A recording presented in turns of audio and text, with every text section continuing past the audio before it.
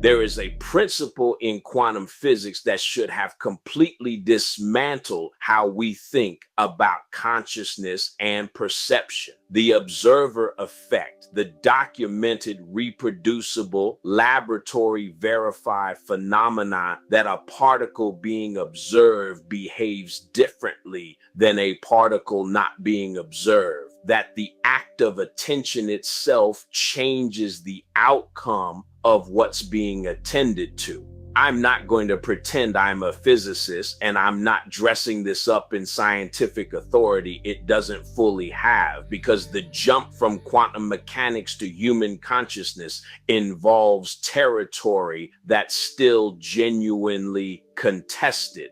But here's what I will say. The core principle that attention is not passive, that observation is not neutral, that the act of watching something is also an act of participating in it extends far past the laboratory. Anyone who has paid close attention to their own mind for any serious length of time has encountered the experiential version of it directly. When you focus your attention on what's wrong, wrong things multiply, not because the universe is punishing you, not because of some mystical attraction principle operating like a cosmic vending machine, because attention is a creative act, because the mind directed toward a particular category of experience becomes extraordinarily skilled at finding, generating, and amplifying more of that category. This is not mysticism. This is what attention does. You have probably noticed this in the most ordinary context without ever naming it. The moment you learn a new word, you hear it everywhere. The moment you start considering buying a particular car, you see that car on every block. The word was always there. The car was always on the block. Your attention made them real for you in a way they weren't before. Now scale that up to the level of your entire life, every moment of every day, and ask yourself what your attention has been primarily directed toward for the last 5 years, not what you intended to focus on, not what you told yourself you were focusing on, what your attention actually landed on most consistently, what it returned to without being asked, what it amplified without your conscious instruction, because that, whatever that is, has been shaping your experience of reality with the same reliability that the physicist's measurement device shaped the behavior of the particle. Attention is not passive observation. It is active participation in the construction of what you experience as real. Here is where it gets genuinely interesting. You cannot observe your own mind from a neutral position.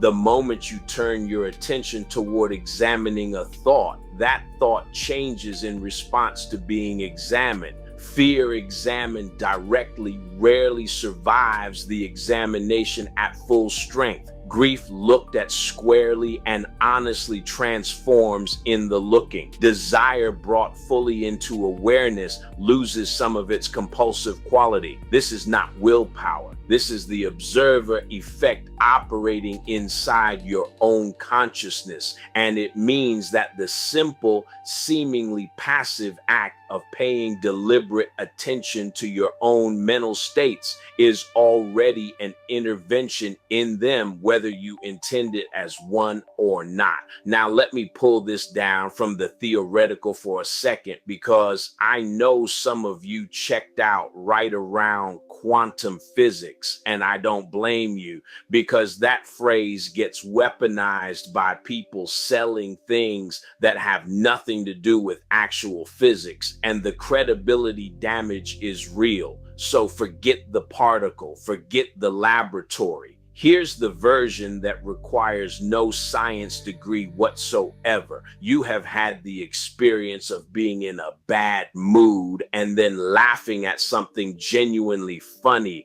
And for a few seconds, the bad mood simply wasn't there, not suppressed, actually absent because your attention moved. You have had the experience of a physical pain becoming significantly more intense the moment you focused on it and retreating the moment something else caught your attention. That's not placebo. That's the observer effect in your own body, available every single day without a laboratory or a textbook. The implications of taking this seriously are significant. If attention is genuinely participatory rather than passive, if where you direct your focus is an act of co-creation rather than simply a response to what's already there, then the question of where your attention goes stops being a minor lifestyle preference and becomes the central strategic decision of your entire existence. Most people never make that decision consciously. Their attention gets captured by whatever is loudest, most alarming, most emotionally charged in their environment, and they spend their lives reacting rather than directing, perpetually co-creating from a position of zero intentionality. The observer is also, what does it actually look like to direct your attention with intention rather than just letting it get dragged around by whatever environment you happen to be standing in? First, you have to develop what I'd call attention hygiene, which sounds clinical, but is actually one of the most practical things you can cultivate. Start noticing where your attention goes without your permission, not where you decide to direct it, where it drifts when you're not watching. For most people, untrained attention gravitates toward threat, toward lack, toward what's unresolved and uncomfortable, because that's what it was designed to do biologically. The nervous system evolved to prioritize problems over pleasures, because a solved problem is survivable and a missed threat isn't. That biological default made sense for a creature trying to stay alive in a physical environment full of predators. It makes considerably less sense for a person constructing their daily reality through what they focus on in a world where most of the threats are psychological rather than physical. Second, practice deliberate redirection without suppression. This is the nuance most people miss when they try to think positively and feel like frauds doing it. Redirection is not pretending the negative thing doesn't exist. It's choosing, after acknowledging what's there, to move your primary attention towards something more generative. You can fully acknowledge that a situation is difficult and then choose not to make it the center of your attentional universe for the rest of the day. Those are not contradictory acts. Acknowledgement and dwelling are different operations, and confusing them is how people end up either in denial or stuck in a loop of giving their full creative attention to exactly the outcome they least want to produce.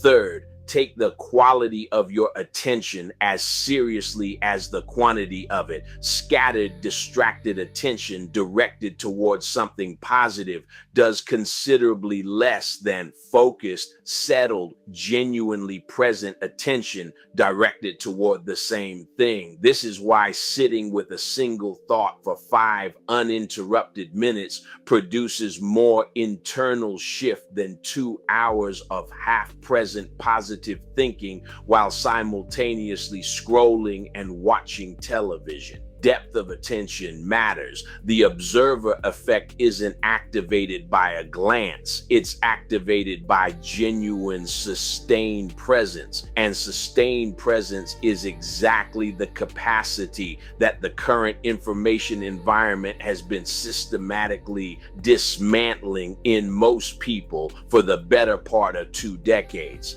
And let me say something about that last point specifically, because I think it's the most underestimated part of this entire conversation. The single greatest attack on human consciousness in the modern era is not a chemical, not a frequency, not some exotic technology most people will never encounter. It's fragmentation, the deliberate engineering of an information environment that makes sustained attention on a single thing for more than 90 seconds feel genuinely uncomfortable, because an uncomfortable person reaches for distraction, and a person constantly reaching for distraction is a person whose observer is never settled enough to actually participate in anything intentionally.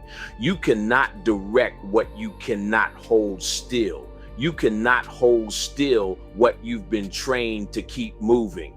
This is not an accident of technology. It is one of its primary features, and the people who designed it understood exactly what a fragmented attention span produces in terms of purchasing behavior, political behavior, and general susceptibility to being told what to think and feel about everything. Some of you are going to hear that and think, damn, that's dark. Yeah, it is. But knowing it changes what you do about it, which is exactly why knowing it matters. Here's what I actually want you walking away with today, stated as directly as I know how. You are not a passive receiver of experience. You are an active generator of it through the mechanism of where you consistently place your attention. And that mechanism operates whether you are aware of it or not, whether you intend it or not, whether you believe it or not. The question was never whether you are participating in the construction of your reality. You always were. The question is whether you're going to keep doing it unconsciously by default, letting your biological programming and your media environment make the attentional decisions for you, or whether you're going to start treating your attention as what it actually is, the most powerful instrument you possess, and the one that's been most aggressively targeted by every system that benefits from you not realizing you have it. Direct it deliberately. That's the whole instruction. Everything else follows from that.